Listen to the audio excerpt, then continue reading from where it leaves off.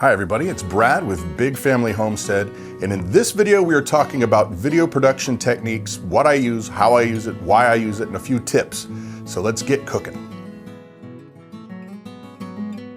So I've been getting questioned about how I use what I use for video production, how everything goes together. A lot of people curious as to what software I use, the camera, microphones, all that. So I thought I'd take a few minutes and just give you a quick overview, give you why I use what I use, and some tips on how to make your videos a little better.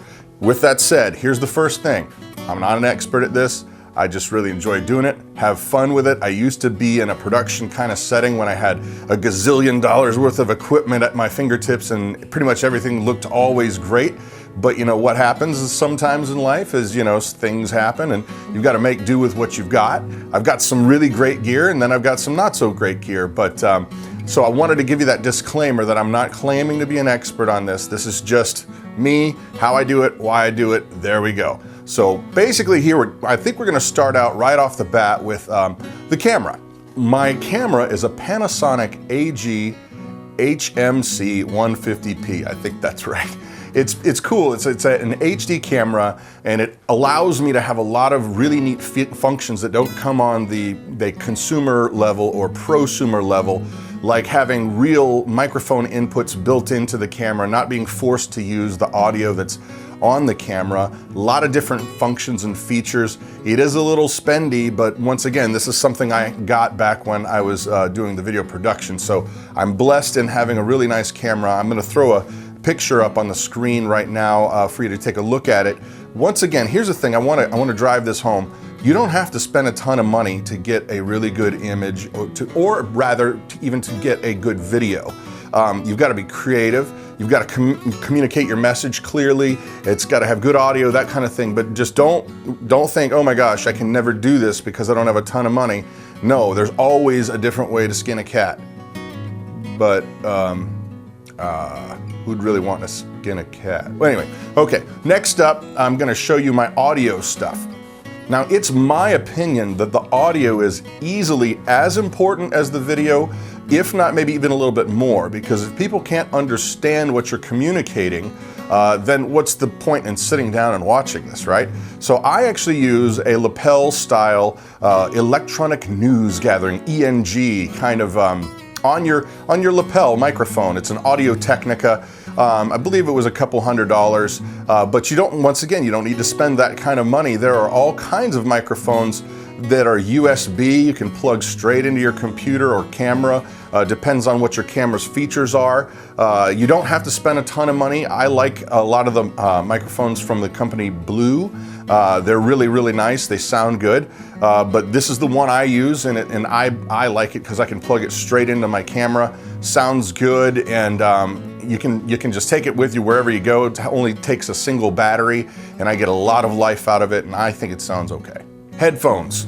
I like Sennheiser headphones. If you can't monitor what you're recording, how do you know you're getting a good audio? You say, well, you're not wearing them right now. Well, that's because I have years and years and years of experience, and I have already tested it before I began recording the video. Yes, I did check it, but now that I know everything's working properly, I don't have to wear them through the video. So I like the Sennheisers. They're pretty good. Sony makes some good stuff, but I think these were, they were a little high end because frankly, I had the production facility, and I think they were about $100. I also believe it's very important to have a good tripod. There's nothing worse than watching Shakes the Clown on the camera, on somebody's shaky cell phone video, and it's you may really want to see the content that they have, but it's so hard to watch it that I'll just click away. I mean, even if it's something I want to learn, if I can't sit there and enjoy the video and get the information, it's hard to do. So a tripod can help you with that a lot. It'll balance you out. And it'll also, obviously it's a steady shot. So a tripod for me is an important thing. I use this Manfrotto tripod. I like it a lot. You can adjust it all which ways, and that's really nice. And but tripod, I don't even care if you build one. You can stick it on something like a shelf or something. You don't need to spend a lot of money, but just get your shot steady. So a lot of people comment that they like the fact that I have music underneath a lot of my videos, and people get frustrated because if you grab a song you like off your CD, or you find one online and you put it online and YouTube flags it and says, no, no, no, well, that's because of copyright laws. And so the way I get around that is I will either record my own music, which I'm gifted like that, I have an ability to do that. But 99% of the time, what I will do is I'll use what's called a royalty-free music library. Now, what that means is there are companies out there and individuals who will write and record professional quality music that they will sell you at a price, and they do not ever expect to get royalties from you for anything ever, ever, ever. The one-time fee price you're paying them is usually much more costly than buying a single song or whatever, but you're buying the right to use it in your productions. Now, you got to check with each individual contract is different, but the ones that I have, I use from a company called Digital Juice, and they make really great products, like all the kind of swirly backgrounds and all the stuff you see on like CNN Sports and all the zippy things that go across the screen. They make all that kind of stuff so you can integrate that into your production and make you look more professional. But for the music, I've bought their libraries, and it comes with several different kinds of styles, everything literally from banjo music to heavy metal, and there's always something in there that I can find that fits. And since I've already paid for the royalty-free privilege, I don't have to get permission from them to use it for whatever I want. I just can't take their song and resell it just like that, but I can take it, put it with my video and put it on YouTube, or I could make a DVD and sell it. It doesn't matter. I've purchased that right. So that's how I personally use the royalty-free music. Now, for software, I use a company called Adobe, makes a video production suite, really, but I use Premiere Pro. And the reason why I do it, first of all, it's super flexible. It is a professional program, so expect that if you think you want to go this route, you're going to pay a professional price. But once again, you don't have to go that route. I've used Windows Movie Maker for lots of things. I've used iMovie for lots of things. But for me, sometimes I want to stack up videos like on top of each other, or have a logo, or a little thing in the corner, or a title fly up.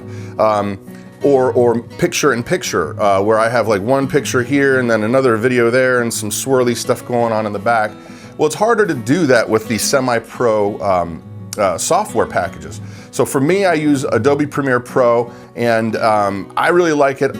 I would say this, that most of the video production software, they all generally do the same things. It's just usually that the more money you spend, the more bells and whistles you can get. I mean, they're all designed to do the same thing. Cut video, paste it together, move it around, all that kind of stuff. But for me, I like Adobe Premiere Pro. So far, I have not been doing any green screen style interviews. I know Tommy, the Carolina Prepper, he does that, and we integrate some of that stuff into our Homestead Nation video series. And I probably will get to the green screen eventually, but the reason why I don't is just because I'm literally sharing an office with the homeschool room, and I basically have a corner. So it's hard for me to justify taking away space from the family, and it does take up some space to do it properly. I might get to that, but we'll see. So green screen, cool. If you got space, really cool. Okay, so now on to some tips. I'm gonna just go over this is not a 101, everything you need to know about video production kind of shtick, but this is just a few things that'll help you hopefully do better YouTube videos, and well, hopefully. Okay, first thing, the 2/3 rule, and what that is if you split your screen, like I'm trying to look at the monitor, that's why my eyes look. If you split your screen into thirds, like cut it into a bar, and a bar, right? My eyes should be on this top line. And the reason for that, there have been study after study after study on how people's brains react and what makes them pay attention. And that 2/3 line is the most effective when you want to communicate with something. Even if I get in close like this and top of my head's gone, my eyes should still be on the 2/3 line. If I go way back, I should get taller. But that's The 2/3 rule, that's pretty much been for a long, long time, and it's effective and it works. Now lighting. Lighting is very, very important. You know, if you get a good amount of light into your camera, it can even make a bad camera look pretty okay. The more light you can get in there, the better. And I'm not talking about like shining a light right into the camera. I'm just saying that make sure there's a lot of light on your subject, you. Make sure that it's nice and lit up properly. There's no hard shadows on the wall behind you. There's no, you know, funky shadows. Like I probably shouldn't be wearing the hat, but there, I'm breaking my rule already.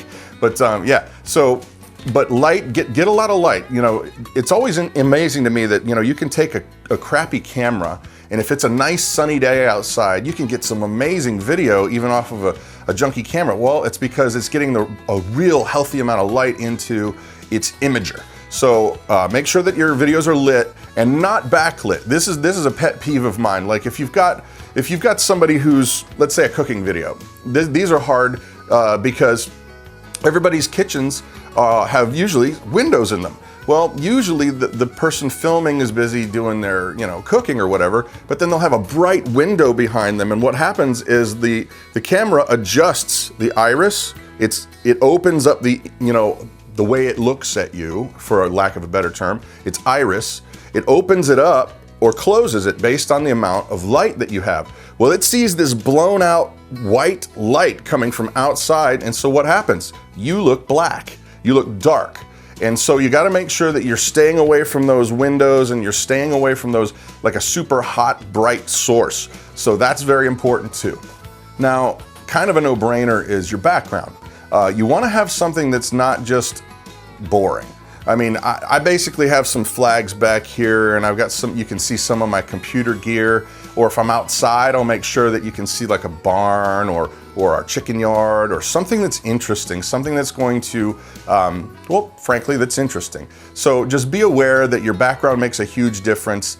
You want it to be cool and interesting, but not distracting either. That's important. Now, this last tip is absolutely, I think, trump card over all of them. And that is this: it's all about your content. Yes, you can have a killer video with lit right and sounds great and all that kind of stuff, but if your content isn't there, people aren't gonna watch it anyway. And one of the main things I find again and again and again with YouTube videos is they just drag them on.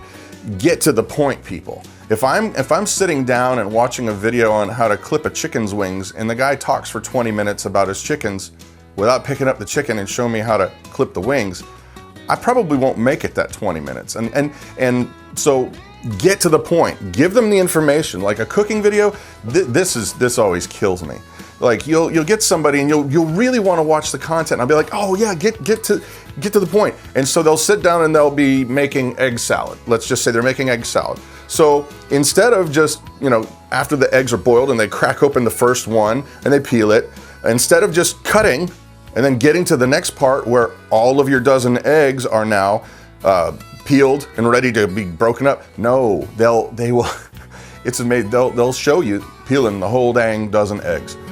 People, we have the stop button on the camera. That's what video editors are for. Please, just, I don't need to watch you peeling 4 dozen eggs or whatever it is. Get to the point. That's an important point in this. Now, another thing on content is don't try to deceive your audience. Don't like give a deceptive headline that the video really doesn't apply to. I mean, you're gonna get dislikes, and then eventually it will show up in your search, you know, criteria that if you get a ton of dislikes, it does affect the way that you're searched. So don't try to just put a very tantalizing title on something and then you're just bait and switching people. People just don't like that. I don't like that. Okay, now to my last tip on the content side of things. I'm a pretty busy guy. I've got 7 kids. I have a full-time job. We have, on our homestead, we've got goats and rabbits and chickens and a garden, and there is always something to do. And I make these YouTube videos on top of all that. So here's what I'm saying.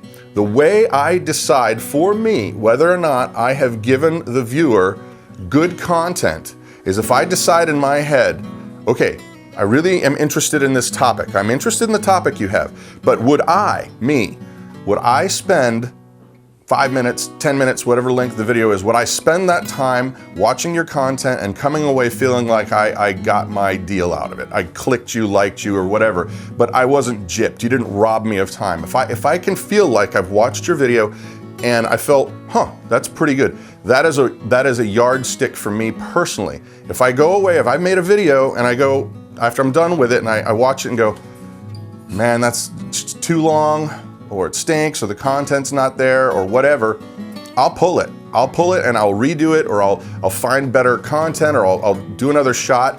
But kind of be that person that's like, you know, honestly, would I sit down and watch this and come away from it thinking, I got value out of this? That's kind of what I'm getting at. So there it is. I hope you like the walkthrough video nonsense and some tips and tricks.